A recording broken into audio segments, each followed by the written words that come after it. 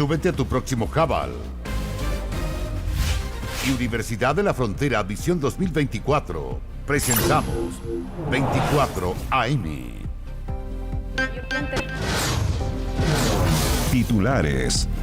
En el marco del caso rotulado como audios, el Servicio de Impuestos Internos decidió marginar a 5 trabajadores, entre ellos el director de Grandes Contribuyentes. El Juzgado de Garantía de San Antonio decretó prisión preventiva para Belén Carrasco, la tesorera municipal de la comuna de Algarrobo, acusada de desviar fondos públicos por un monto de más de 1.000 millones de pesos. También se ordenó la detención del alcalde de la comuna, José Luis Yáñez.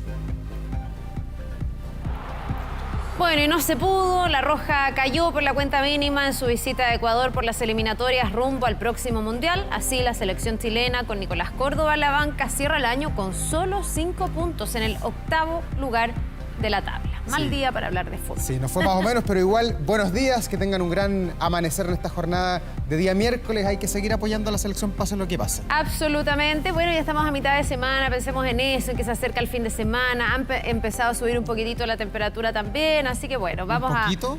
No, mañana va a subir harto, porque mañana deberíamos estar en torno a los 30 grados, pero ya vamos a estar con el informe del tiempo. Sí, 6 de la mañana con 16 minutos. Revisemos qué ha pasado en informaciones policiales en las últimas horas. Un extenso informe policial del cual nos da cuenta hasta ahora Fabián Collado. ¿Qué tal, Fabián? Hola, Fabián.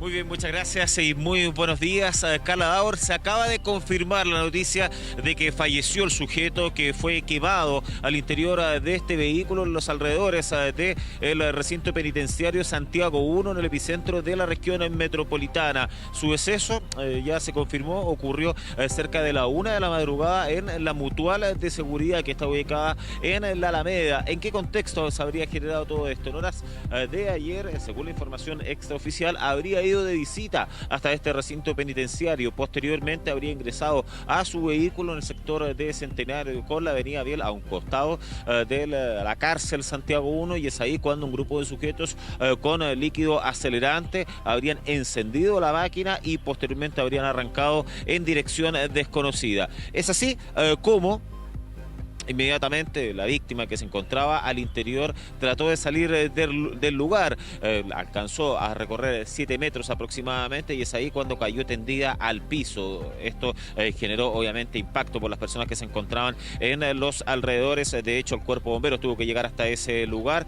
Claro, estabilizó a la persona, la cual ingresó hasta la Mutual de Seguridad con el 90% de su cuerpo quemado y bajo riesgo vital. Se acaba de confirmar entonces la muerte de este hombre, el cual tenía un amplio prontuario policial. Según los detalles preliminares, se trataría de un ajuste de cuentas. Por lo mismo, el equipo del crimen organizado y homicidios quien está realizando esta situación que impacta, muchachos.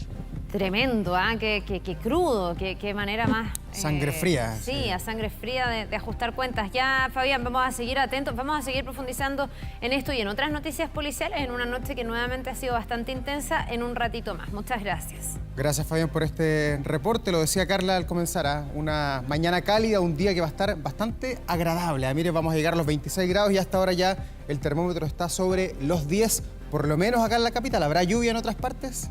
Le vamos a preguntar a Iván Torres en un ratito más. Deberían subir incluso las temperaturas más, bordeando los 30 grados a partir de mañana. Así que el tiempo también empieza a tornarse protagonista por estos días. Sí, vamos a la pausa, pero por supuesto les compartimos las postales del país, de Santiago y también de algunas regiones que hasta ahora comienzan a amanecer en esta mitad de la semana. Un poco triste por la derrota de Chile, pero amanecemos como siempre con ánimo. Vamos a la pausa y ya regresamos.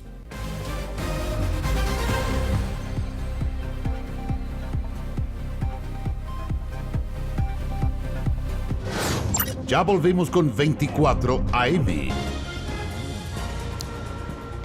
6 de la mañana con 26 minutos, ya estamos de regreso con informaciones internacionales muy importantes, muy decisivas en lo que es además la trayectoria de esta guerra entre Israel y Hamás. Ya está con nosotros Sofía Norman acá en el estudio. ¿Qué tal, Sofía? Así es, ¿cómo están? Muy buenos días. Vamos a revisar qué noticias están marcando esta jornada y obviamente esto está enfocado en un acuerdo histórico dentro de esta guerra entre Israel y Hamás. Un acuerdo de un alto al fuego que va a estar durando 4 días. Esto va a incluir la liberación de 50 rehenes que hoy día están en la Franja de Gaza, incluye esto a mujeres y también a niños. No es solamente la liberación de las personas que fueron secuestradas por Hamás, sino que esto se trata de un intercambio de rehenes que hoy día están en el enclave palestino por la liberación de 150 mujeres y niños también palestinos que hoy día están en las cárceles israelíes. Este ha sido un acuerdo que ha estado siendo mediado, por ejemplo, por Qatar,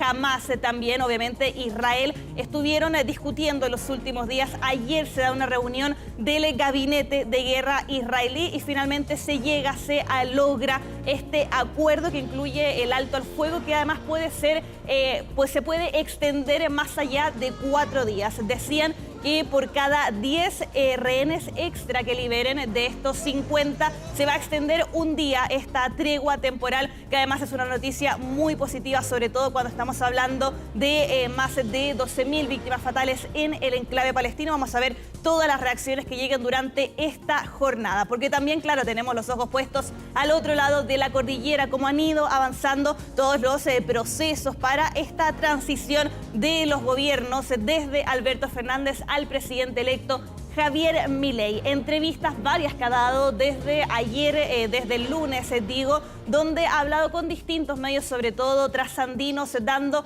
detalles de cómo va a ser su gobierno, las primeras medidas que va a tomar a partir del 10 de diciembre, cuando de manera oficial llegue a la Casa Rosada. Durante esta entrevista que dio en horas de la noche, reveló detalles, por ejemplo, de la reunión con Alberto Fernández, esa fotografía que dio la vuelta al mundo el día de ayer, claro, donde ninguno de los dos se veía muy cómodos, pero a pesar de eso, el presidente electo, Javier Milei, libertario, dijo que Alberto Fernández le mostró la casa, que incluso hubo algunas bromas, que parecía un agente inmobiliario mostrándole dónde va a vivir la Quinta de Olivos, y él adelantó que va a estar trabajando desde la Quinta de Olivos para no gastar dinero en el trayecto que él tiene que hacer desde la residencia oficial hacia la Casa Rosada. Veremos más detalles de esta entrevista más adelante en 24 AM, porque también tenemos un video que se ha hecho viral en las redes sociales que muestra cómo hoy día los residentes del norte de Filipinas están enfrentando justamente estas inundaciones. Cayeron más o menos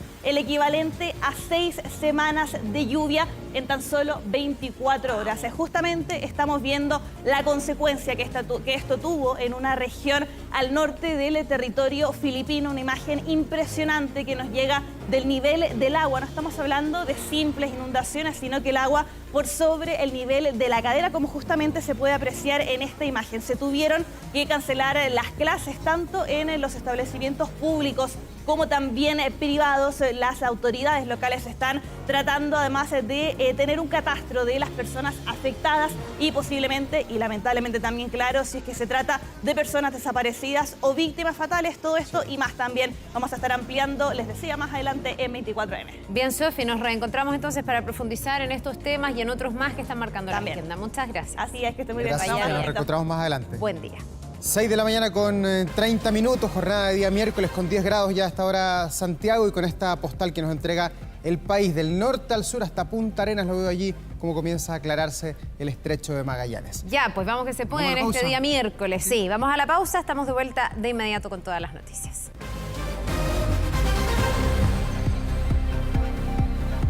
Domingo 17 de diciembre, plebiscito constitucional 2023. Infórmate, decide y vota. Conoce más en cervel.cl. Bien, ya estamos de regreso y con esto que realmente es bien impactante, porque murió finalmente el hombre que fue quemado dentro de su automóvil. Todo esto afuera del centro penitenciario Santiago 1. Claro, un hecho macabro, a sangre fría. Vamos de inmediato con Fabián Collado, que tiene esta y también otras informaciones de un extenso informe policial, Fabián, que se ha producido durante las últimas horas. Te escuchamos. Exactamente, Davor, Carla, porque ha existido una agitada jornada en materia policial, pero vamos a comenzar con la situación que ha impactado acá, en las afueras del penal Santiago 1, en calle Centenario, donde todavía hay vestigios de esta situación que terminó con la vida de un hombre de 28 años, todo esto en medio de un crimen, el cual habría ocurrido en horas de la tarde de ayer, cuando la víctima, William Alejandro Carvacho Piticar, de 28 años, habría visitado a un interno al interior de este recinto penitenciario. Luego de eso habría salido al exterior, justo casi al frente del portón de acceso del penal, y es ahí cuando estaba al interior de su vehículo y habrían aparecido 2 a 3 sujetos encapuchados, los cuales inmediatamente le habrían bloqueado la salida del vehículo, habrían lanzado líquido acelerante y posteriormente habrían incendiado este automóvil para arrancar en dirección desconocida. Es ahí cuando inmediatamente las llamas se vieron en este lugar y por lo mismo el afectado trató de salir de todas maneras, alcanzó a caminar cerca de 7 metros a un costado de la puerta del penal de Santiago 1 y es ahí cuando ya se desvaneció. De todas maneras, Bomberos llegó con el fin de poder controlar esta emergencia, también poder prestar los primeros auxilios a la víctima, la cual fue trasladada en extrema gravedad hasta la mutual de seguridad con un 90% de su cuerpo quemado. Estaba bajo riesgo vital y pasada la 1 de la madrugada es cuando finalmente falleció. William Alejandro Carvacho Piticar, 28 años, quien tiene antecedentes por robo y por otros delitos, pero que no estaba siendo requerido por la justicia. Carabineros, el OS9 en conjunto con el Laboratorio de Criminalística son los que estuvieron realizando diversos peritajes. Ya se llevaron el vehículo siniestrado de este lugar porque están buscando algún tipo de huella para poder encontrar a estos 3 sujetos donde a todas luces esto se le podría tratar de un ajuste de cuentas. Vamos a revisar diversas declaraciones. Un grupo de individuos indeterminados habría lanzado un líquido acelerante a este vehículo para luego prenderlo con algún iniciador, ya sea una llama, fuego, para posteriormente darse a la fuga del lugar. La persona cayería a 7 metros del lugar. Hay otro sitio de suceso que personal de Carabineros está levantando junto al fiscal. Se trata de un sujeto varón, pero dado los antecedentes que en estos momentos existen en el caso, es preferible no entregar por ahora mayores antecedentes. Detrás de ese tipo de delitos normalmente hay grupos, hay organizaciones, por eso esto tiene otra línea de trabajo que tiene que ver con la persecución penal. Es un hecho gravísimo a todas luces y por lo mismo es que se están buscando estas bandas de crimen organizado. ¿De qué vinculaciones tendría este sujeto, el cual falleció y que tenía antecedentes con quienes perpetraron ese delito? Es parte de las interrogantes que se tienen que dilucidar. De hecho, al menos acá, en las afueras del penal Santiago 1 ya concluyeron los peritajes. Vamos a revisar otros hechos de la jornada. Nos trasladamos a otro sector de Santiago, donde una familia de origen chino fue víctima de un violento asalto. Todo esto cerca de las 5 de la tarde en calle Esperanza. Un padre de 60 años junto a su hija de 30 estaban al interior cuando su seguridad fue violentada por este grupo de delincuentes. Ustedes están viendo cómo accedieron y posteriormente se estaban llevando las especies. Aquello quedó plasmado en las cámaras de seguridad. Rompieron la protección de las ventanas con armas blancas, intimidaron y maniataron a las víctimas y luego se llevaron, además de electrodomésticos, más de $3.000 en efectivo, 1 millón de pesos chilenos y arrancaron en dirección desconocida. De todas maneras, a las víctimas la trasladaron hasta un recinto asistencial. Están con lesiones superficiales, producto de que fueron reducidos, mientras que Carabineros está analizando estas imágenes de televigilancia. Vamos a revisar esas declaraciones. Horrible, ya no se puede salir después que oscurece y ni siquiera en el día. A mi hija la asaltaron a las 11 de la noche, eran 3 venezolanos y después la PDI hizo una redada por calle Chacabuco compañía, y 2 casas tomadas por dominicanos y venezolanos y ellos andan asaltando, pero nadie hace nada. Al final no los desalojan de las casas, siguen viviendo ahí y nosotros seguimos en constante terror con estas bandas que no están, pero tienen aterrado todo el barrio. Entonces, la investigación está en los equipos especializados de Carabineros, sector que ha sido protagonista de muchos asaltos, como ustedes estaban escuchando en el relato anterior. Y vamos a revisar otro hecho en otro sector, nuevamente de la comuna de Santiago, que ha marcado la jornada. Calle Maipú, cerca de las 11 de la noche, un violento abordazo, unas personas que estaban comprando comida en uno de los locales del sector, y es ahí cuando desde un vehículo ustedes pueden observar en las imágenes de cámaras de seguridad cómo un sujeto saca un arma y posteriormente ahí se baja el resto para poder intimidar y robar las especies personales del resto de las personas. ¿Es así? cómo arrancan en dirección desconocida y según los antecedentes que manejan los vecinos, se trataría de la misma organización delictual que ya hace bastante rato está operando en la calle Maipú, donde buscan en horas de la noche poder atacar a las víctimas. Vamos a revisar declaraciones. Veo que una camioneta viene, se estaciona acá a mitad de cuadra, había un caballero con unas bolsas de compra y le dijeron pásame todo, pásame las cosas, lo empezaron a revisar, le levantaron la polera, le dijeron pon las manos arriba, ponte de espalda, le empezaron a pegar, fueron sumamente violentos. Yo alcancé a ver a 3 tipos, uno que iba conduciendo, se bajaron 2, uno de ellos era como con textura gruesa, polerón azul y bueno, eran chilenos. Investigación entonces que está desarrollando la policía uniformada respecto a estas bandas organizadas que llama la atención, impacta sobre todo en el centro de Santiago donde han ocurrido muchos ilícitos. Cerramos mientras tanto nuestro despacho con la investigación que está desarrollando Carabineros en el entorno del recinto penitenciario Santiago 1. Imagínense que hace pocos instantes fuera de cámara un gendarme salió a hablar con nosotros para poder relatarnos parte de lo sucedido, siempre fuera de cámara, nos decía, esto no es normal, o sea, pese a que ellos están con un nivel de riesgo importante por custodiar un recinto penitenciario, la verdad que llama mucho la atención lo que ocurrió durante la jornada de ayer y que pone en peligro la vida de la gente y también la de estos propios funcionarios que ven cómo este tipo de hechos lamentablemente se toma la jornada y en la misma calle donde la semana pasada solamente le estábamos contando el ataque con una granada a una carabinera, muchachos. Sí, se entiende la preocupación, crudísima esta noticia, esta manera, los ajustes de cuentas como de balazos, digamos, de homicidio, es algo que siempre hemos visto, pero que se queme viva una persona dentro de un auto, no sé cuánto precedente tiene. Nos vamos a quedar atentos a esa investigación, Fabián, muchísimas gracias, que tengas buen día. Gracias, Fabián. Todo pasa en 24 horas. Por generar riesgos sanitarios, la Seremi de Salud de la región metropolitana cursó un sumario en contra de la Municipalidad de Santiago. Pese a que se reanudó la recolección de basura en la comuna, esto no ha sido suficiente y desde la entidad fiscalizadora piden soluciones para poder despejar las calles. Según la autoridad sanitaria, durante la paralización se acumularon más de 3.000 toneladas de desechos en las calles de Santiago. El riesgo que corren los ciudadanos no solo por los malos olores, sino también por la percolación de los líquidos de los residuos y la posibilidad de que estos atraigan a los roedores. Carabineros encontró a un sujeto portando 8 armas de fuego y una gran cantidad de municiones tras una balacera en las cercanías de un jardín infantil. Un total de 8 armas de fuego y 253 municiones fueron incautadas por personal de Carabineros en este operativo en Peñalolén, donde anteriormente se escucharon ruidos de disparos cerca de ese jardín infantil. Funcionarios llegaron al lugar, identificaron a un grupo de individuos que, cuando se percataron de la presencia de efectivos policiales, decidieron dispersarse en diversas direcciones. Uno de ellos portaba un bolso donde llevaba justamente el armamento, el cual lanzó al interior de un domicilio y luego se dio a la fuga. La investigación quedó a cargo del Departamento S9 de Carabineros, mientras que la BOCAR va a llevar a cabo los peritajes del armamento y de las municiones. Y en Antofagasta, el Ministerio de Bienes Nacionales desalojó 22 hectáreas que estaban tomadas, esto en el sector de La Chimba. En el terreno se realizaban además quemas ilegales. Es un ex vertedero que alberga una gran cantidad de residuos y también de escombros.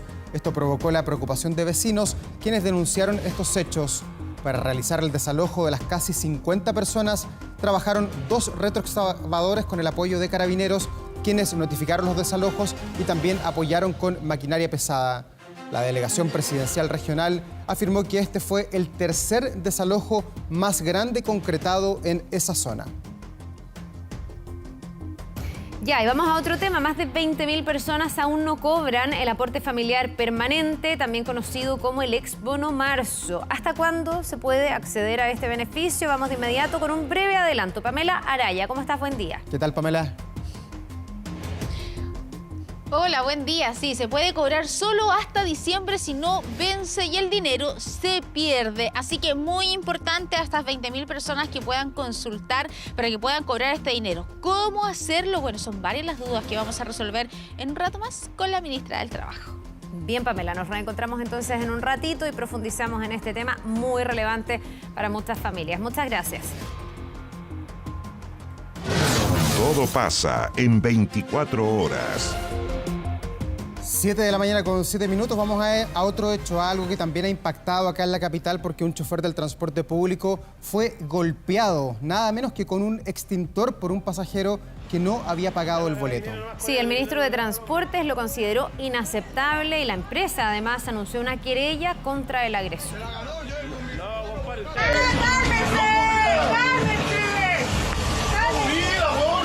Tuvimos que poner en blanco y negro parte de un registro que impacta por la violencia. Esto ocurrió en San Bernardo. Un chofer terminó ensangrentado luego de que un pasajero lo golpeara con un extintor. Se la ganó yo. No, compadre, usted no pagó el pasaje, compadre.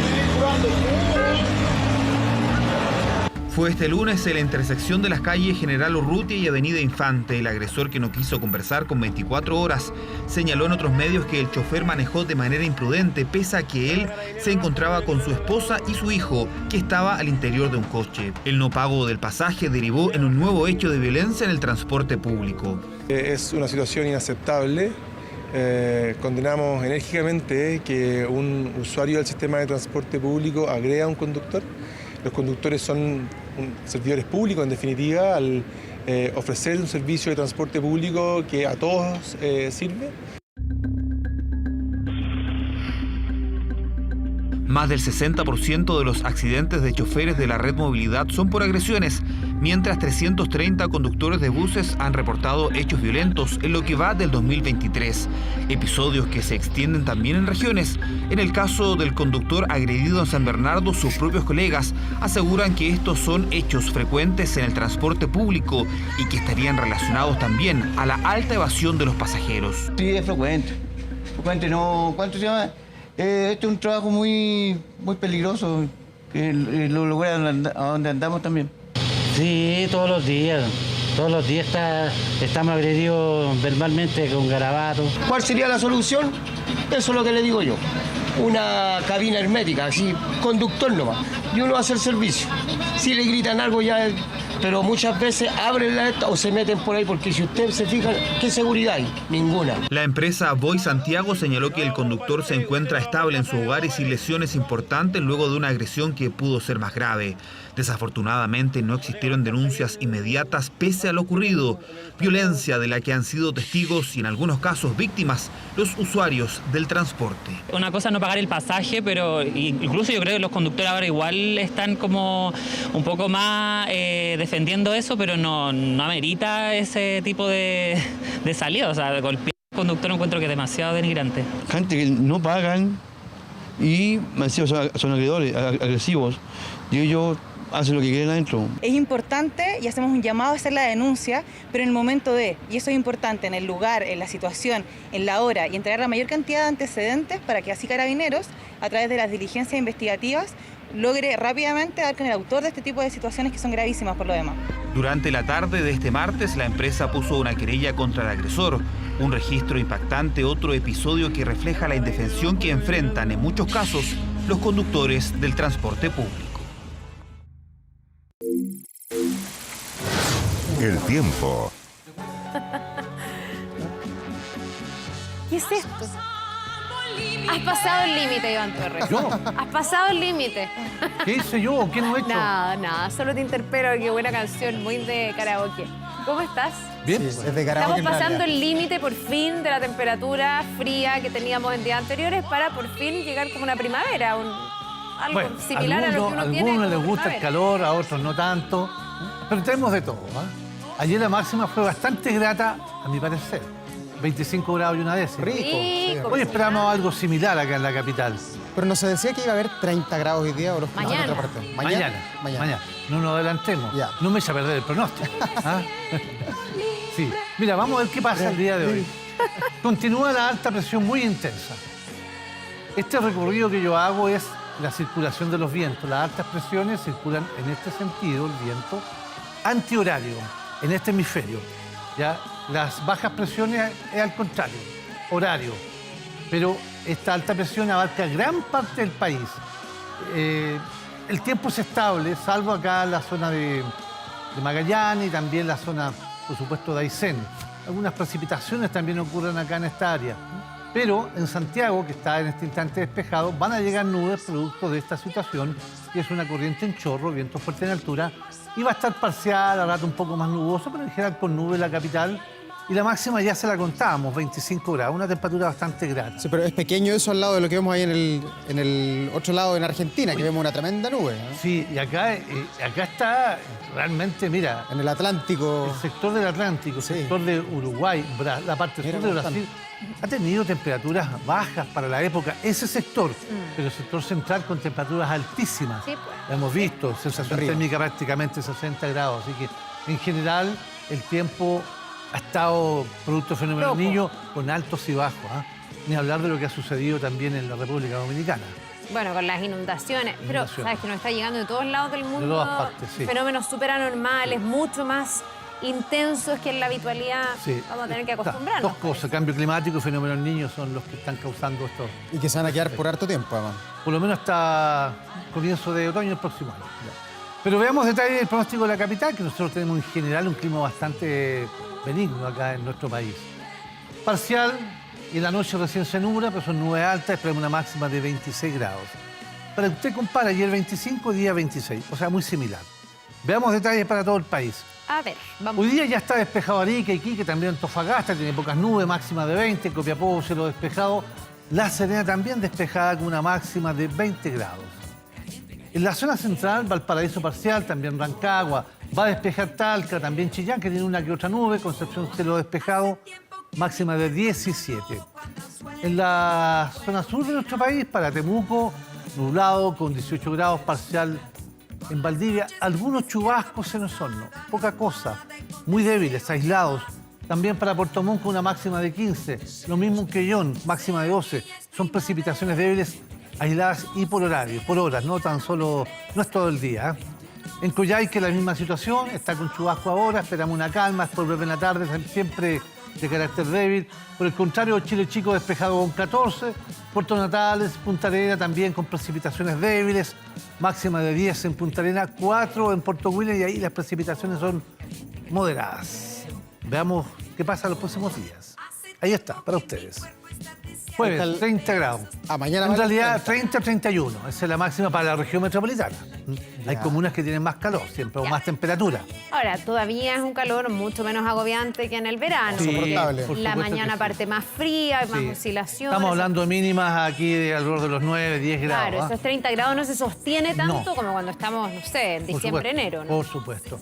El día viernes 29 grados, el sábado 28, el domingo 28 y el día lunes 27. En general, el cielo prácticamente despejado, de repente una que otra nube, pero muy estable el tiempo y con temperaturas ya más cercanas a los 30 grados que a los 20. Iván, y hace rato que no teníamos un fin de semana bueno en Santiago, porque los últimos dos han sido con nubes, con amenazas que van a haber unos chubascos por acá. Ahora no, ahora está despejadito, así que hay que... O sea, el asado va. Parejito, el asado va, pero con un buen protector solar, porque la está muy... Yo pensé que iba a ser con un buen vino. Bueno, que toma vino, que tome vino. Si va a tomar, no conduzca, eso sí.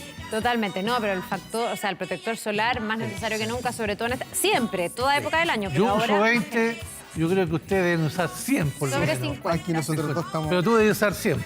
Sí. No, Davor, peor que yo. Sí. Davor es de esas pieles que se ponen rojas y después pasa, ¿o no? después No se te quema, despelleja. no se broncea. Sí. Así que no vale ni la pena. No vale ni la pena. Mejor Paso de Gasparina a Gasparina avergonzado. Gracias, Iván. 26 grados entonces el día de hoy, entre 25 y 26 la máxima para la RM. Nos vemos mañana. Muy bien. Chao, chao. Gracias. Buena jornada. Nos vemos.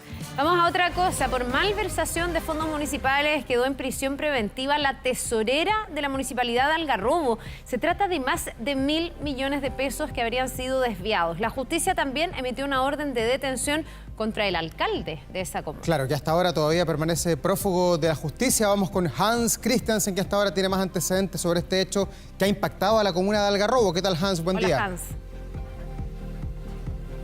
Hola, ¿qué tal, Carla? ¿Cómo estás, Daur? Y la verdad es que son detalles e información que vamos conociendo minuto a minuto y que no han dejado indiferente a absolutamente nadie. Nosotros llegamos muy temprano junto a Felipe Arancillo acá, afuera del cuartel de la PDI, particularmente a la Brigada de Delitos Económicos, quienes son los que están investigando este caso, ¿no?, de desfalco al municipio de Algarrobo. Cerca de 1.069 millones de pesos que conocíamos fueron desviados por esta mujer, Belén Carrasco, quien las hacía de tesorera municipal.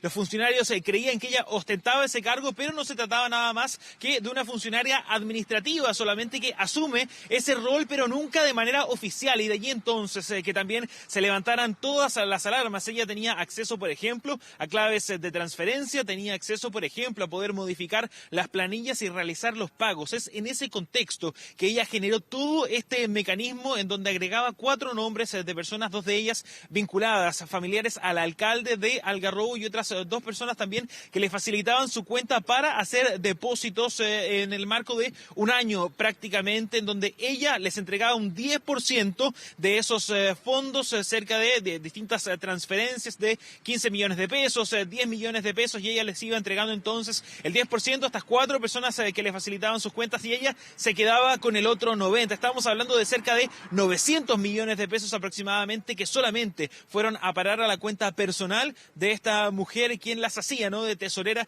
allí en el municipio de Algarrobo. De todas maneras, ayer ella concurre y llega hasta este cuartel de la Policía de Investigaciones a declarar de manera voluntaria. Eso es lo que ella pensaba, pero ya existía una orden de detención en su contra. Es allí entonces que posteriormente se genera esta orden de detención también en contra del alcalde de Algarrobo, tras conocer más detalles y antecedentes en la formalización de cargos por malversación de caudales públicos. Tenemos algunas declaraciones de la Fiscalía que nos van a ayudar a entender un poco más sobre este caso. Escuchemos.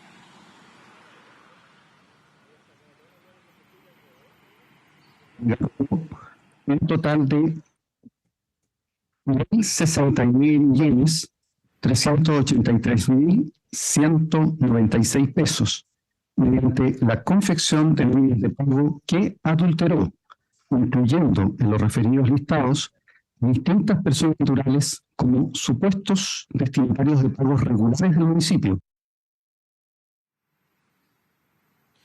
Ahora, Carla Daur, ella asume prácticamente toda la culpa en voz de su mismo abogado defensor, quien nos relataba y nos decía, bueno, lo único que sabemos que se hizo con esos 900 millones de pesos que quedaron para su bolsillo, recordemos que el resto, el otro 10% queda en estas 4 personas que le facilitaban las cuentas, es que ella se compró un vehículo chino y el resto del dinero, o sea, el resto de estos cantidad de millones de pesos se los gastó, pero no se sabe en qué. Es eso precisamente lo que va a tener que averiguar, que investigar esta Brigada de Delitos Económicos, instruidos sin lugar a dudas por la Fiscalía. Y como yo bien les decía, 2 de las personas que facilitaban sus cuentas para realizar estas transferencias tienen un vínculo directo con el alcalde de Algarrobo, y es ahí entonces que posterior a esta audiencia de formalización de Belén Carrasco se emitiera esta orden de detención en contra del edil, que debería llegar hasta este cuartel de la Policía de Investigaciones en horas de esta mañana, pero la verdad es que nada de eso se ha visto de momento. Nosotros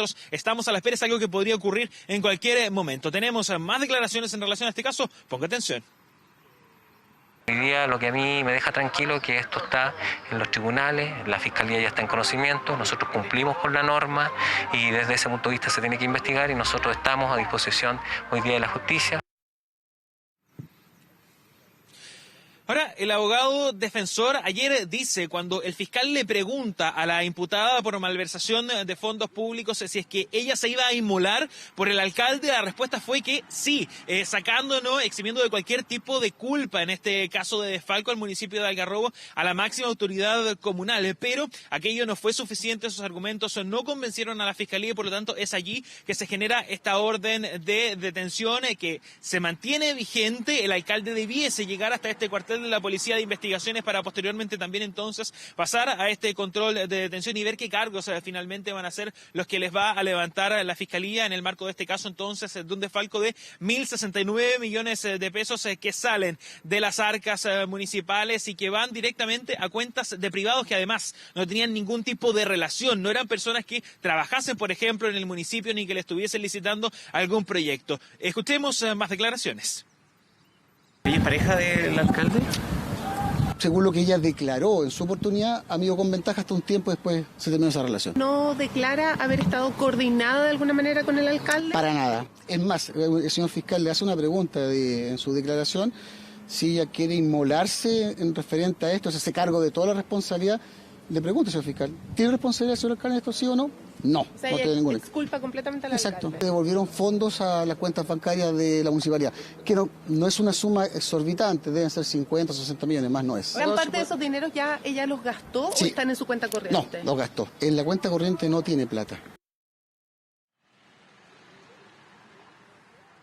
En la cuenta corriente no tiene plata, que era lo que yo les señalaba. ¿Qué se hizo finalmente con esos 900 millones de pesos que desfalca entonces del municipio de Algarrobo? Todavía no se sabe, lo único que se declara es la compra de este vehículo chino y el resto entonces todavía ella será quien tiene que declarar qué fue lo que se hizo con este dinero. Nosotros, Carla Daur, nos vamos a mantener entonces a la espera eventualmente de que llegue el alcalde de esa comuna hasta este cuartel de la Policía de Investigación y si frente a cualquier novedad volvemos con ustedes. Sí, Hans, varias cosas que aclarar en este caso, que ha impactado además por toda la ola de corrupción que ha asomado en nuestro país. Lo primero es si existe la certeza de que el alcalde se va a presentar o podríamos tener similar a lo que ocurrió en el sur de nuestro país, donde el alcalde de Renaico, ¿te acuerdas tú? Se demoró como 6 días en presentarte a la justicia. Sí, y lo otro, llama la atención que no haya habido ningún tipo de control adicional, porque entiendo, Hans, que esta señora, la tesorera municipal, era la única que firmaba. En el fondo ella ejercía ahí toda la potestad sobre los pagos, sobre las transferencias, finalmente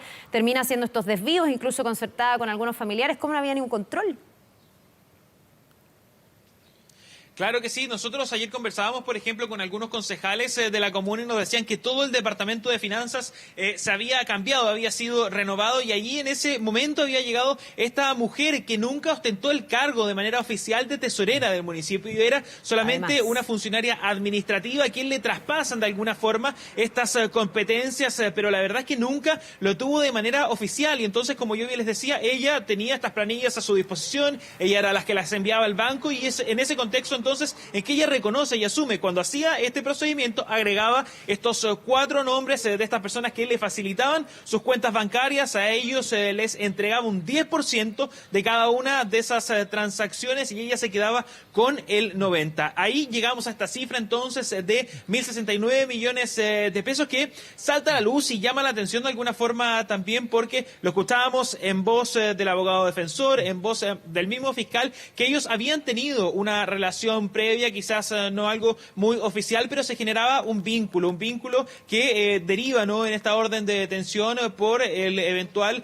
responsabilidad que podría tener el alcalde. Y ahora bien, para responder su pregunta y con esto termino, no sabemos efectivamente si él va a llegar o no hasta este cuartel de la PDI. Bueno, quedamos a la espera de lo que suceda durante esta jornada. Gracias, Hans, por este reporte desde Algarrobo. Que estés muy bien, buen día. Gracias, Hans, nos vemos. Buen día. Bien, y vamos a otra noticia que tiene también que ver con la corrupción, porque el Servicio de Impuestos Internos removió de sus funciones al director de Grandes Contribuyentes y a otros 4 funcionarios del organismo, todos salpicados por el llamado caso Audios. Claro, recordemos que una investigación de CIPER reveló que un informe reservado del organismo estaba en manos de la abogada Leonarda Villalobos, quien participó en esa controvertida reunión con el abogado Luis Hermosilla. Nosotros en los últimos 3 años, de nuestra parte, 4 años, ha salido chorro para allá. Quien habla es el empresario Daniel Sauer, es solo un extracto de la polémica reunión sostenida en las oficinas del Grupo Patio, en la que participaron el influyente abogado Luis Hermosilla y la también jurista María Leonarda Villalobos. Cita en la que se reconocían abiertamente millonarios pagos de dinero al Servicio de Impuestos Internos. Mi weá era 3.500 palos con mi casa embargada y giro el servicio hecho. Y le pagué 0 al servicio. En la cita, la abogada Villalobos también planteó la existencia de una investigación por parte del Servicio de Impuestos Internos respecto a movimientos sospechosos de facturas y se mencionan 44 RUTs asociados a dichas operaciones. Según informó el medio de investigación CIPER, dicha indagatoria sí existe y tiene el carácter de reservada. El citado medio también denunció que el servicio anuló varias liquidaciones a Daniel Sauer, que en su conjunto suman 3.000 millones de pesos. Daría cuenta de un mecanismo de financiamiento o una red de corrupción que resulta inaceptable en servicios esenciales como esto. Lo más relevante es lograr que estas indagatorias sean lo más rápida posible para tratar de evitar una especulación que afecte a funcionarios que no están comprometidos en estos ilícitos graves. Noticia que generó un amplio revuelo, a tal nivel que horas más tarde el Servicio de Impuestos Internos anunció en un comunicado de prensa la salida del director de Grandes Contribuyentes, Cristian Soto, aludiendo que se perdió la confianza en su gestión. Horas después, el mismo director del organismo reveló que otros 4 funcionarios fueron desvinculados. Nosotros no podemos operar sobre la base de que somos infalibles. Siempre pueden ocurrir vulneraciones y en ese caso estamos tratando de investigar cuál es la vulneración, cuál es la responsabilidad que pueda tener cada uno de los funcionarios que hoy están suspendidos y el proceso nos llevará finalmente a las conclusiones finales. O sea, si está suspendido en un sumario, dese usted mismo la respuesta. Soto fue citado a declarar al Ministerio Público, organismo que lo incluyó dentro de las indagatorias por el delito de cohecho. El director del Servicio de Impuestos Internos fue citado junto a la presidenta de la CMF a dar cuenta de las diligencias que se están llevando a cabo. No estamos frente a un hecho aislado, sino que estamos frente a verdaderas bandas y organizaciones ilícitas que están actuando al margen de la ley y particularmente para la evasión de impuestos. Y estamos en presencia, yo creo que de un escándalo de corrupción grave. Y tenemos además un ministro de Hacienda que insiste en entregarle atribuciones increíbles a una institución que en este momento no goza de la fe pública. Un caso que acumula nuevos antecedentes, mientras en la Cámara de Diputados ya se reunieron las firmas necesarias para poner en marcha una comisión investigadora que indague el polémico caso Audios. Que probablemente nos va a seguir sorprendiendo día a día. Vamos a otro tema, uno muy relevante. Ya comenzó el nuevo proceso de vacunación monovalente contra el COVID-19. ¿Quiénes pueden recibir esta dosis? Sí, bueno, hay muchas preguntas, muchas interrogantes, a ver si es universal como eran las vacunas en plena pandemia. Vamos de inmediato con Sofía Carrizo, que nos resuelva algunas dudas, ¿o no, Sofía? ¿Cómo estás? Buen día. Hola, Sofía. ¿Qué tal? ¿Cómo están? Muy buenos días. Claro, vamos a ir respondiendo estas preguntas en el marco de esta nueva vacuna. ¿Cuáles son los grupos de riesgo? Estamos hablando de personas por sobre los 60 años, trabajadores y trabajadoras de la salud, personas inmunocomprometidas y también con enfermedades crónicas. Son estos 4 grupos de riesgo que apunta el Ministerio de Salud en el marco de esta nueva vacunación. Pero ojo, siempre y cuando hayan cumplido un año desde la última dosis de la bivalente. ¿Se acuerdan que el año pasado precisamente estaba implementando este proceso de vacunación? O sea, en esta nueva vacunación es para que ellos hayan superado los últimos 12 meses, pero por ejemplo, si obtuvieron la bivalente en el mes de octubre o en el último tiempo, no es necesario que se vacune con esta nueva vacuna, debido a que desde el Ministerio de Salud aclararon que esta cuenta con la protección inmunológica contra el virus. Pero ¿por qué finalmente se inicia este nuevo proceso de vacunación monovalente de forma anual? Porque está circulando de manera que ha ido aumentando los casos una cepa, la cepa XBB 1.5, que es una subvariante de Omicron. Y este lanzamiento finalmente se hizo la jornada de ayer de este nuevo proceso de vacunación en la comuna de La Pintana. Hablamos con vecinos que participaron de la actividad, que nos dijeron en el marco de la importancia de vacunarse contra el COVID-19. Los invito a revisarlas de inmediato. Todas las personas de tercera edad, que es importante que ellos se vacunen y decirle a la comunidad en general que vengan a vacunarse. Sí, pues hay que vacunarse, pues, porque es peligroso y para uno que es de edad ya tiene que vacunarse. Siempre me he vacunado, todas las veces que corresponde. Soy cuidadora de mi padre, por tanto necesito estar vacunada para no contagiarlo a él. Y la semana pasada pregunté y me dijeron que tenía que venir esta semana, pero no pensé que iba a haber este evento. Si bien es cierto, el COVID-19 dejó de ser conceptualizado como una emergencia, eso no quiere decir que ya no esté con nosotros, sino que es una enfermedad, un virus que llegó para quedarse. La diferencia cuando uno lo conceptualiza como una emergencia es que es un evento para el cual no tenemos herramientas y ahora ya tenemos herramientas para eso, para protegernos y la principal herramienta que tenemos es la vacunación.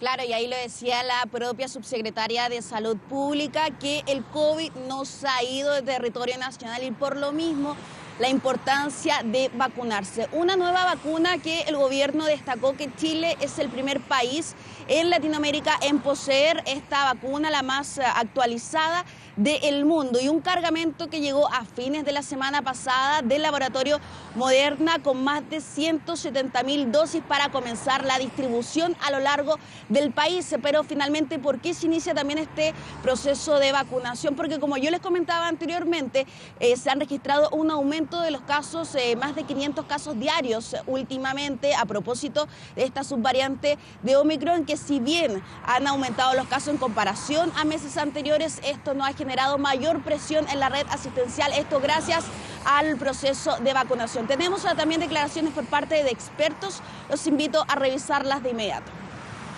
En las últimas semanas hemos observado un aumento muy significativo en el número de nuevos casos de COVID-19. Recordemos que con el tiempo la inmunidad se va perdiendo y por ello es necesario recibir este refuerzo y así estamos mejor protegidos contra esta infección viral respiratoria. Hemos tenido más de un 30% de prevalencia de COVID-19 en las tomas de muestras de PCR virales. Este refuerzo incluye la última variante circulante, por lo tanto nos protegería de mejor forma y va a ser un refuerzo anual de por vida, igual que la influenza, para todos estos enfermos crónicos y población objetiva. Claro, y lo escuchamos por parte de expertos. Bueno, la autoridad sanitaria ha hecho el llamado, como siempre, al autocuidado, a lavarse las manos, si es que tiene algún tipo de síntoma, obviamente a utilizar la mascarilla. Y si tiene la duda, usted, persona en su casa que está sintonizando Televisión Nacional, si es que requiere o no esta vacuna, bueno, puede ingresar ahora a través de su celular, del computador, a la página yomevacuno.gov.cl, ahí ingresando con la clave única y en específico le va a dar la información si es que requiere o no esta nueva dosis. Y además lo otro, este proceso de vacunación, las personas pueden ir directamente a los centros de atención primaria porque ahí se va a realizar esta inoculación, y para hacer cuál le queda más cercano puede ingresar a la página del MinSal o llamar a Salud Responde, que es el 600-360-7777, así que un proceso que inicia ahora, desde ahora en adelante, y haciendo obviamente el llamado a los grupos de riesgo para hacer frente a esta nueva cepa que está circulando en territorio nacional. Carleda. Sí, hay que tomarlo bien en serio. Quizás no estamos con la cantidad de casos como teníamos en plena pandemia, pero han aumentado considerablemente y de hecho uno mismo ya está teniendo conocidos que están con COVID o que tuvieron COVID durante las últimas semanas, así que a informarse tal como tú lo planteas. Gracias, Sofía, por este reporte. Gracias, Sofía. Buen día. Vamos a otro tema muy relevante. Les contábamos un adelanto hace un ratito y vamos a profundizar. Cerca de 1,5 millones de familias ha recibido el aporte familiar permanente. Sin embargo, aún hay más de 20.000 personas que no han cobrado este beneficio. Sí, hay muchas dudas, sobre todo hasta cuándo, por ejemplo, hay plazo para cobrarlo. Bueno, vamos de inmediato con Pamela Araya, que tiene además una interesante entrevistada para resolvernos las dudas. ¿O no, Pamela? ¿Qué tal? Hola, sí, buenos días, los saludo nuevamente y la palabra se cumple y es por eso que ustedes ya lo decían. Estamos con la ministra del Trabajo, Janet Jara, que nos va a dar todos los detalles respecto de este aporte familiar permanente. ¿Cómo está, ministra? Buenos días. Bueno, 20.000 personas que todavía no lo cobran y este dinero, usted me dice ahí, pero está por vencer. Así es. Hola, muy buenos días. ¿Cómo están? Carla, Daur. Efectivamente, el bono marzo se ha pagado a cerca de 1,5 millones de hogares, que son 3 millones de bonos, porque hay que recordar que es por carga. Y lo segundo que hay que recordar es que usualmente el bono marzo es como de 60.000 pesos, claro. Pero este año, ¿se acuerdan que se hizo una ley con un aporte extraordinario y se duplicó? Entonces son 120.000 pesos por carga. Y considerando que aún hay 20.000 personas que no lo han cobrado, como el bono marzo tiene 9 meses para cobrarse, en diciembre ya empiezan a vencer esta posibilidad. Así que por eso salimos a avisarle a todas las personas, porque imagínense, es una buena ayuda, 120.000 pesos por carga familiar, y es bien fácil verificar si uno es beneficiario o no.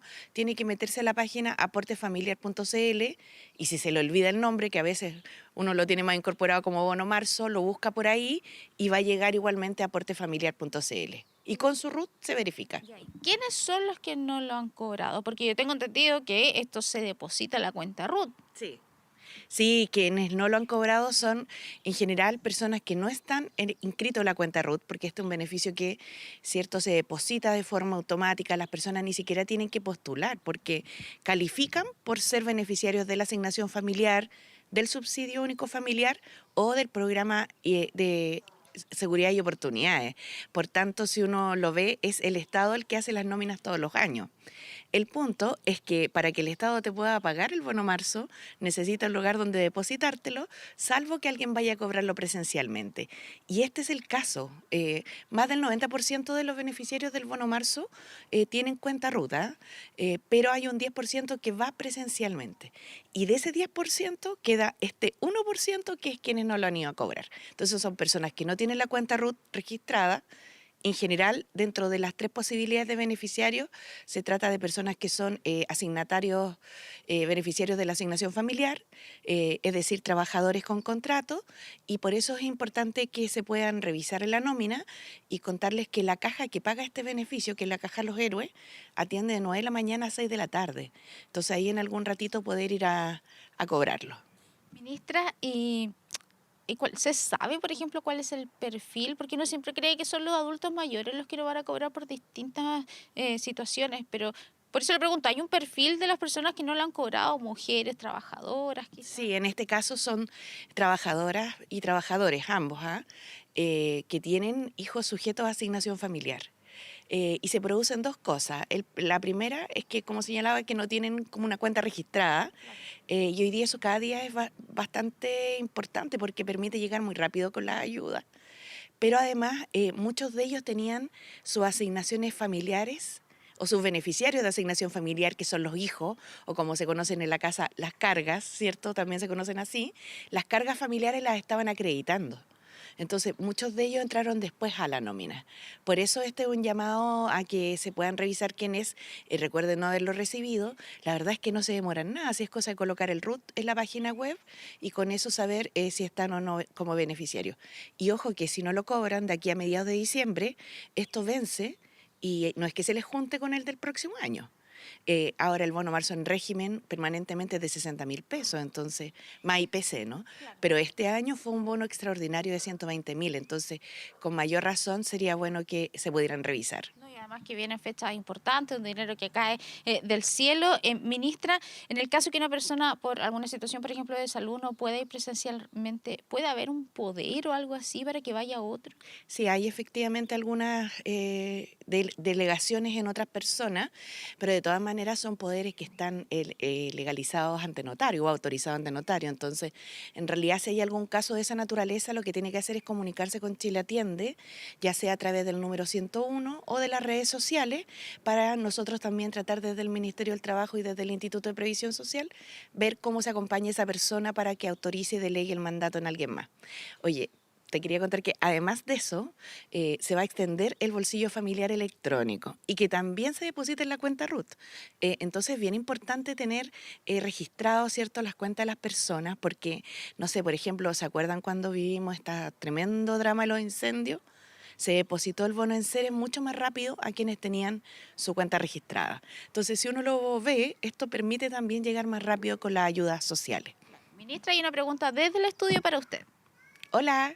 Muy buen día, Carla le habla por acá. Quería aprovechar esta entrevista con usted para preguntarle en qué situación está hoy día la discusión por la reforma a las pensiones. Preocupa que ya vamos a entrar como en la recta final del año, todavía no sabemos que haya un acuerdo y eso está pendiente como para hace 4 gobiernos. ¿Siguen congeladas las conversaciones y las negociaciones con la oposición hasta después del plebiscito? No. Sí, no, Carla, qué bueno que me hace esa consulta.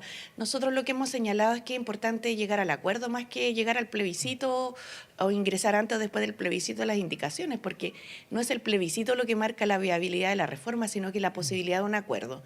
Y yo diría que hay varias fórmulas que se han ido despejando con varias alternativas, pero el punto final de todos los puntos de la reforma en los que seguimos como trabados es la distribución del 6%, Carla. Y eso es complejo porque si se insiste en que vaya entero a capitalización individual de la AFP, resulta que las pensiones van a subir, pero para quienes hoy día recién empiezan a trabajar. ¿Y qué hacemos con los que ya están jubilados y con los que ya tenemos cierta edad? ¿Ministra? O con las mujeres en particular que necesitan un apoyo solidario, algo más equilibrado. Y eso no se logra destrabar, se lo pregunto porque uno teme que pase el tiempo y que cada vez se ponga más tensa la situación. Vemos mucha tensión entre el oficialismo y la oposición. Hoy día los temas de seguridad están generando muchos problemas también para que se puedan poner de acuerdo. Viene un año electoral el próximo año, entonces uno dice, ¿es una promesa que la reforma a las pensiones va a salir sí o sí en este gobierno o podría pasar el gobierno y de nuevo no tener reforma a las pensiones? Que es algo ultra urgente, insisto. Bueno, yo estoy muy optimista en que logremos sacarla, Carla. Sé que a veces la tensión por la contingencia y ahora el mismo tema del plebiscito se ha tomado varios temas a la agenda, ¿no? Por eso es importante cuando hay ventanas de oportunidades, cuando no hay elecciones, porque además nos toca un periodo bastante seguido de elecciones. Hay que recordar que después del plebiscito el próximo año hay elecciones municipales, de gobernadores, que podamos en esos tiempos intermedios terminar de ponernos de acuerdo. Nosotros en ningún minuto hemos congelado el diálogo, hemos seguido dialogando todo este tiempo con la oposición, por eso señalo que hay puntos en los cuales uno podría pensar que hay alternativas en las que nos podemos encontrar. Y se han ido achicando las diferencias, diría, llegando ya precisamente al meollo del asunto, que es qué va a pasar con el 6%. Y yo creo que es importante que las personas sepan que el efecto de la reforma o lo que busca es subir pensiones. Ahora, digamos, ¿no? Ahora y para el futuro. Entonces, si nosotros prolongamos este 6% solo para el ahorro individual, va a pasar lo que señalaba, van a subir las pensiones en 30 años más.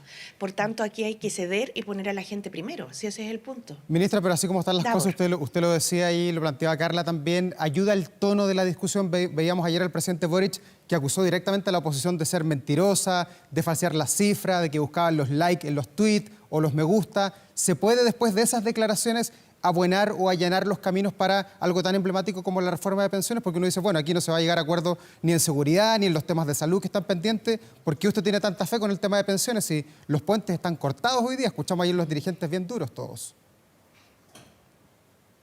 Mire, las contingencias a veces, como el tema del plebiscito, hace que se exacerben mucho los ánimos en la política. Yo creo que el presidente fue bien claro. Desde nuestra perspectiva, los temas de seguridad son un tema muy fundamental para la población y por tanto lo son para el gobierno y para la oposición. Y el llamado que hace a que trabajemos unidos entre todos, más que estar haciéndonos zancadillas mutuamente, ¿no? Eso no contribuye, la verdad. Lo que se necesita es poder dar respuesta a una inquietud que es sumamente fundamental para la vida de las personas, que poder vivir tranquila. Y en eso ha estado trabajando la ministra del Interior, Carolina Toá, fuertemente por mandato del presidente Boric para sacar adelante esta agenda de seguridad. Pero fueron quizás imprudentes, ministra, pensando que hay que buscar los acuerdos políticos. Mire, la necesidad de ser claro en algunos puntos yo creo que es súper importante con la ciudadanía. Hay cosas que se han dicho que no son efectivas y el presidente así lo ha manifestado.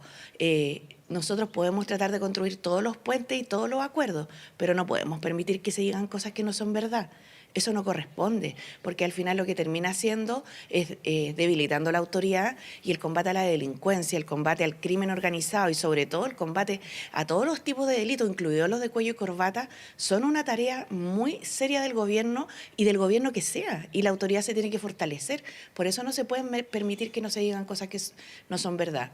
Ahora, con todo el optimismo en materia de pensiones, fíjese que igualmente no solo lo mantengo y no lo mantengo como un tema de voluntarismo, sino que porque veo señales, porque sé que quienes estuvieron antes en el gobierno, de la nueva mayoría, quienes estuvieron antes en el gobierno de la presidenta Bachelet, el presidente Piñera, saben que este tema se tiene que resolver. Son muy pocas las personas que están en la radicalidad pensando en réditos electorales para su propio sector y que piensan que aquí no tiene que haber una solución, ¿no? Pero la mayoría, cuando uno logra logra pasar estos eventos de discusión así tan apasionada, logra tener un sentido de realidad de que los que estamos en política tenemos un deber y tenemos que cumplir con nuestra responsabilidad frente a la ciudadanía. Así que, como señalaba, hay alternativas, nadie dijo que esto iba a ser fácil, nadie dijo que esto no se iba a demorar, pero también hay que ser muy claros. Vamos a tener un corto periodo, pocos meses, entre elecciones. Y ese es el tiempo vital, si es que va a haber aquí acuerdo previsional o no. Y si es que no van a ganar los extremos, porque si gana aquí la posición de que todo vaya a las cuentas individuales de la AFP, es bien probable que no haya reforma. Es bien probable que no haya reforma, porque ¿para qué? O sea, 30 años más es demasiado tiempo para que Chile espere. Ese es el punto. Bien, ministra, esperemos que se destrabe entonces la discusión. Le agradecemos, por supuesto, que haya conversado con nosotros esta mañana. Que tengan un buen día. Muchas gracias y con toda la fuerza para la reforma provisional. Que estén bien. Chao. Bueno, ustedes conversaban también ahí con la ministra del Trabajo respecto de lo que ocurre con esta discusión, pero también recordar lo que era el tema que hablábamos al principio, que tiene que ver con cobrar este dinero al aporte familiar permanente.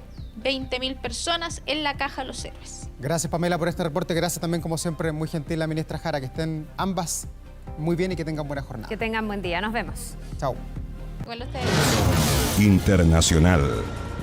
Bien, vamos a profundizar en la agenda internacional. Ya nos acompaña Sofía Norman aquí en el estudio con una buena noticia dentro del contexto horroroso que se vive en la Franja de Gaza, Sofía. Así es, ¿cómo están? Muy buenos días. Ya lo adelantábamos al comienzo de 24 AM, este esperado acuerdo que se había estado conversando los últimos días, las últimas semanas entre Hamás e Israel, mediado por Qatar, un actor clave para finalmente lograr esta tregua temporal, un alto al fuego que va a durar 4 días. En las próximas 24 horas va a darse a conocer cuándo comienza oficialmente este alto al fuego. Se logra el acuerdo a eso de las 10, 11 de la noche para nosotros, hora local, acá en Chile, y ahí comienza a correr este reloj. Un día en el que se va a tener que comunicar cuándo efectivamente comienza este alto al fuego allá en el Medio Oriente. Pero no es solamente ese el punto que ha sido acordado por las distintas partes que han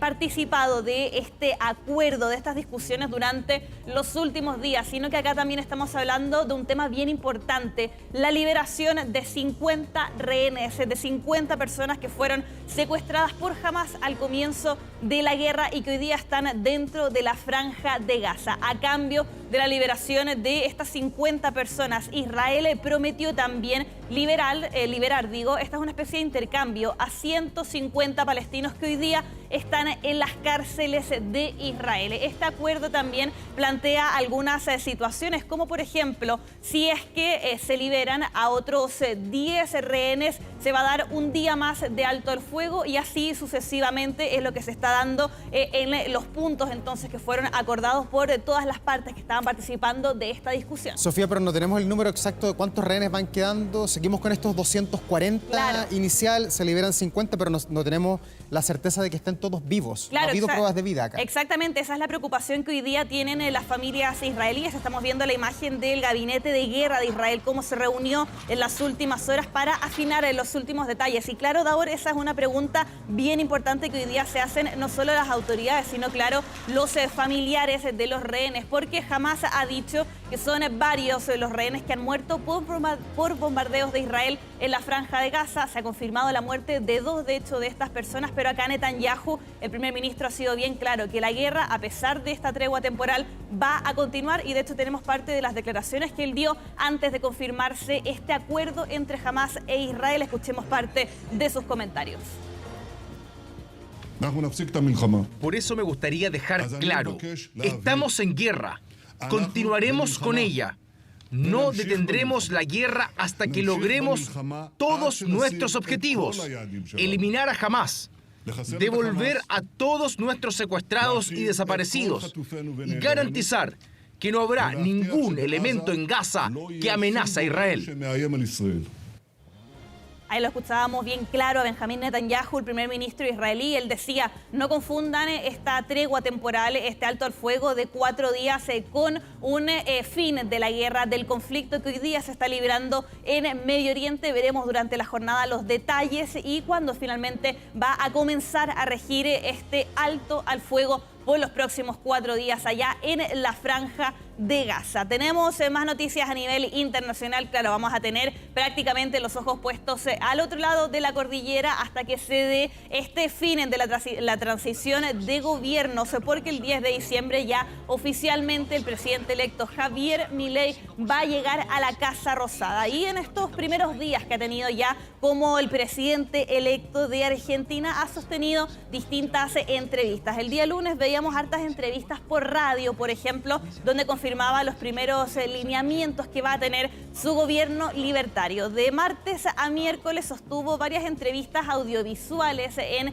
programas de televisión, también en algunos medios allá en Argentina, y justamente estamos viendo algunas de esas tomas. Ha revelado nuevos detalles, confirmado también en qué se va a basar su gobierno, confirmando un poco lo que él había planteado, claro, durante su campaña a la Casa Rosada, que finalmente lo lleva a ganar en este balotaje, en esa segunda vuelta que estuvimos viendo muy de cerca el día domingo. Sí, podríamos decir como un buen chileno que bajó 1 o 2 cambios Milei, está como más pausado para hablar, no tiene tanta locura como lo veíamos en la campaña, sino que está... Ahora, eso es la forma, porque en el fondo ha mantenido sus ideas, ha dicho que ahí comienza la reconstrucción de Argentina, no ha dado pie atrás con sus ideas, que es lo que está en veremos si lo va a poder Pero no tiene mayoría en el Congreso y necesita 2 tercios para poder reformar la Constitución.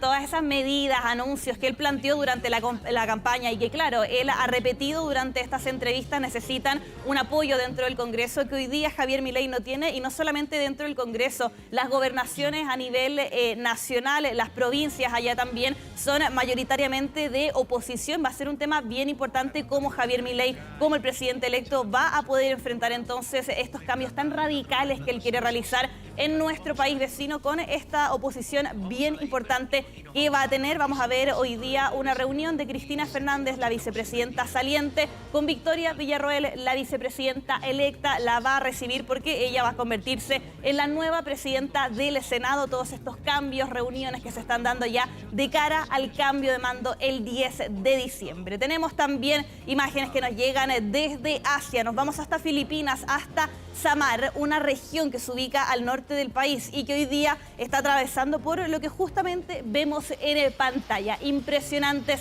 inundaciones que están azotando a esta zona del territorio filipino. Estamos hablando de la caída de agua de 6 semanas en tan solo 24 horas. Se estima que fueron 619 los milímetros que cayeron en un periodo muy corto de tiempo, en solamente un día. Y esto, claro, sobrepasó la capacidad que tenían gran parte de las ciudades para recibir esta impresionante caída de agua. Justamente estamos viendo cómo los distintos equipos de emergencia, incluso los civiles, los residentes de esta zona ya en Filipinas, se han unido para ayudar a rescatar a las personas afectadas. Estamos hablando de unas 370.000 personas que hoy día han resultado afectadas de alguna forma por estas inundaciones entonces que azotan al norte de Filipinas. Una situación bien extrema que se está viviendo no solamente en esta región, en Samar, como les comentaba, sino que, claro, también en otras provincias también se ha registrado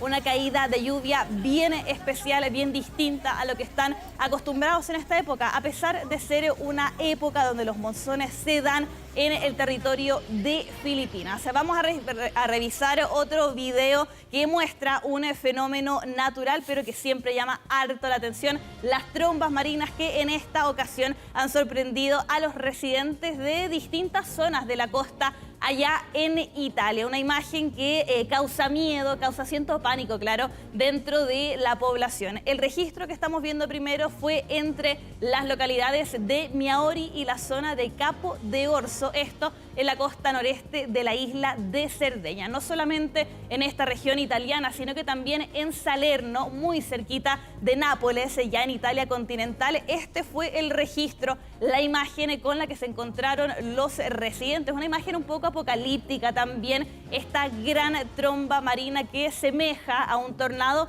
pero que normalmente al tocar tierra ya en el territorio, en la tierra, suele desaparecer, suele desintegrarse este fenómeno que justamente estamos viendo en el registro, que claro, ya se ha hecho viral en las redes sociales por lo impresionante qué son estas imágenes. Vamos a terminar con música, pero con una noticia que ha causado harta tristeza a nivel internacional para los fanáticos y las fanáticas de la banda de pop. Para volver a tener hits de tu banda favorita. Sí, esperemos que el 2025 sea con gira mundial. A ver si lo reconoce después con pelito corto. Claro. Ordenadito ahí. Cuando se comparten las fotos de ellas con el pelo corto, la tristeza es máxima.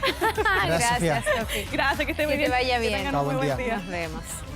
Vamos a otro tema. Sí, cambiemos de tono completamente, porque estábamos ahí como riéndonos, pero esto es realmente impactante. Fabián Collado finalmente murió, el hombre que fue quemado vivo dentro de su auto ahí en las inmediaciones del penal Santiago 1. Te escuchamos. Exactamente, muchachos, y todo apunta a un posible ajuste de cuentas en contra de William Carvacho Piticar, este sujeto de 28 años, el cual había llegado en horas de la tarde hasta el penal Santiago 1, que está ubicado en la avenida Centenario, a la altura de la avenida Biel, en el centro de la capital, para poder visitar a un interno. No se sabe cuál es el parentesco, cuál es el grado de amistad con la persona que está recluida, y posteriormente él salió hasta el interior de su vehículo, casi frente a frente del ingreso del recinto penitenciario. Estaba al interior cuando llegan 2 a 3 sujetos aproximadamente, los cuales con líquido acelerante lo lanzan al interior, prenden fuego y arrancan en dirección desconocida. Bomberos llegó inmediatamente hasta ese lugar con el fin de poder prestar los primeros auxilios. De hecho, este joven de 28 años salió del vehículo casi 7 metros, pero se desplomó, cayó inconsciente producto de la gravedad de sus lesiones. Fue derivado hasta la Mutual de Seguridad, que está ubicada en la Alameda, donde cerca de la 1 de la madrugada perdió la vida. De hecho, a las 9:30 aproximadamente está destinado a un parte médico respecto al estado de salud de que finalmente concluyó entonces durante esta madrugada. Los 19 de Carabineros, en conjunto con el Laboratorio de Criminalística, están analizando las únicas cámaras de seguridad que hay, que son del recinto penitenciario Santiago 1. Se trataría de 3 encapuchados. Ellos son los sospechosos de este ajuste de cuentas. Todavía no hay más antecedentes, pero que de todas maneras vamos a estar recabando durante la jornada respecto a este brutal crimen, muchachos. Por supuesto, impresionante, escabroso, sangre fría, se conjugan un montón de cosas que hemos visto además en esta crisis de seguridad que está golpeando con mucha fuerza en nuestro país y que todos, en toda la jornada nos sorprende con cosas nuevas, realmente impresionante. Gracias por el reporte. Gracias, Fabián, que tengas un buen día. Y ustedes también, que tengan un buen día. Nos vamos despidiendo, casi las 8 de la mañana. Viene el equipo del Buenos Días a Todos en TVN y nosotros seguimos con más noticias en Canal 24 Horas. Que les vaya bien, que tengan buena jornada. Chao, chao.